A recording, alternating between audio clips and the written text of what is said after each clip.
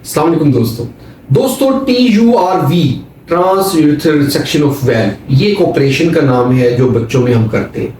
इसमें हम ये करते हैं कि बच्चों के पेशाब के रास्ते से हम एक टेलीस्कोप डालते हैं, उसको कैमरा के साथ अटैच किया होता है और जो पेशाब की नाली है उसके अंदर एक झिल्ली होती है, उस झिल्ली को हम काट देते हैं और ये झिल्ली जो है ये पैदाइशी होती है, इसको पोस्टीरियर यूरेथ्रल वेल्व कहते हैं।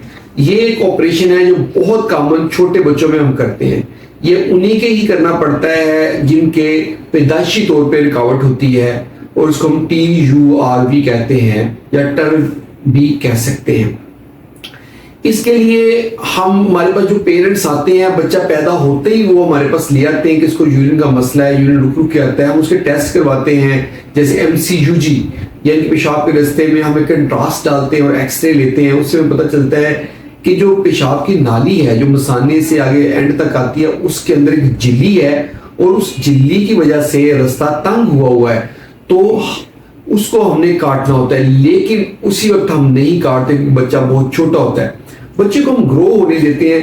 बच्चा जब 4 से 6 महीने का हो जाता है और इतना हेल्दी होता है कि उसके जब हम कट लगाएंगे तो प्रॉब्लम नहीं होगी, तो इस कंडीशन में वो सेफ रहता है।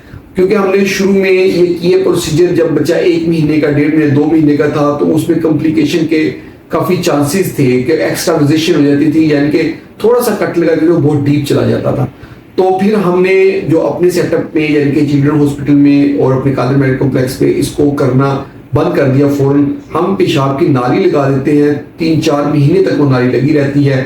उसके बाद बच्चों के हम ये करते हैं और कुछ बच्चों का ये ऑपरेशन हम 1 साल की उम्र में करते हैं क्योंकि वो बहुत कमजोर होते हैं, लागर होते हैं और हमें पता होता है कि वो इतना ऑपरेशन बर्दाश्त नहीं कर सकते।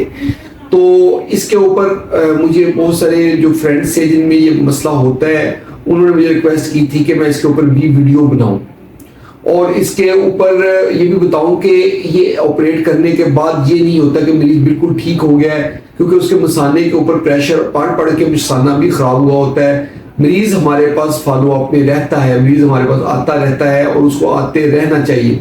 और होता ये कि अगर पेशेंट के जो ऑपरेशन के बाद अगर फिर भी पेशाब पीछे रह जाता है मसाने के अंदर यानी कि पोस्ट वाइड यूरिन रह जाता है, तो इस कंडीशन में हम ये करते हैं कि उसको मजीद दवाइयाँ देते हैं और उसको CIC यानी कि मसाना खाली करना सिखाते हैं। और समटाइम तो ऐसे होता है कि हमें एक ऑपरेशन करना पड़ता है जिसे कहते हैं मिट्रोफिनॉफ।